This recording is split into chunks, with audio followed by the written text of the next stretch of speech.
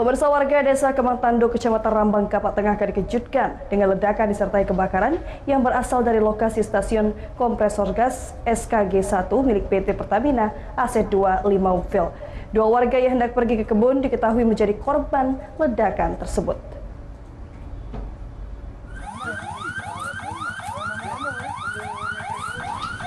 Video amatir milik warga ini memperlihatkan detik-detik ledakan serta kepulan asap disertai api membesar dan membakar area stasiun kompresor gas SKG 1 milik PT Pertamina AC2 Limauville. Seketika pekerja dan Pertamina AC2 Limauville dan PT Titis Sampurna berhamburan keluar dan mendapati dua orang pasangan suami istri yang hendak pergi ke kebun menjadi korban dengan kondisi 50% anggota tubuh terbakar.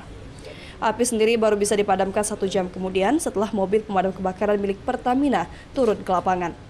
Senior Manajer PT Pertamina AC2 Limauville, Zulfikar Akbar mengatakan ledakan disertai kebakaran di lokasi SKG 1, Desa Kemang Tanduk, dikarenakan adanya kebocoran uap gas atau kondensat yang terakumulasi di sekitar oil pit dan rawa dan bukan ledakan pipa gas.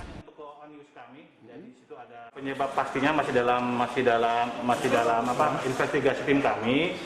Yang jelas peristiwa itu bukan berasal dari ledakan pipa gas ya, Bapak-bapak, teman-teman wartawan, tapi dari uap yang ada api ya. Ini masih dalam investigasi tim kami gitu kan. Mohon ditunggu. Yang jelas kami sudah berbuat paralel Bapak-bapak. Yang pertama fokus kepada kejadiannya, memadamkan kebakaran supaya tidak merebet kemana-mana, dan fokus kepada kedua orang korban yang diketahui ada jadi korban. Jadi dua tim kami paralel. Setelah ini padam, kemudian korban dibawa ke rumah sakit Pertamina Prabu Muli. Hasil dari asesmen dokter kami kirimkan ke salah satu rumah sakit terbaik di Palembang yang memiliki fasilitas untuk korban luka bakar.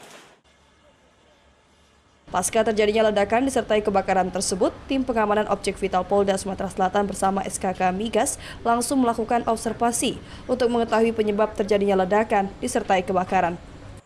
Dari Prabu Muli, Beri Brima, iNews melaporkan.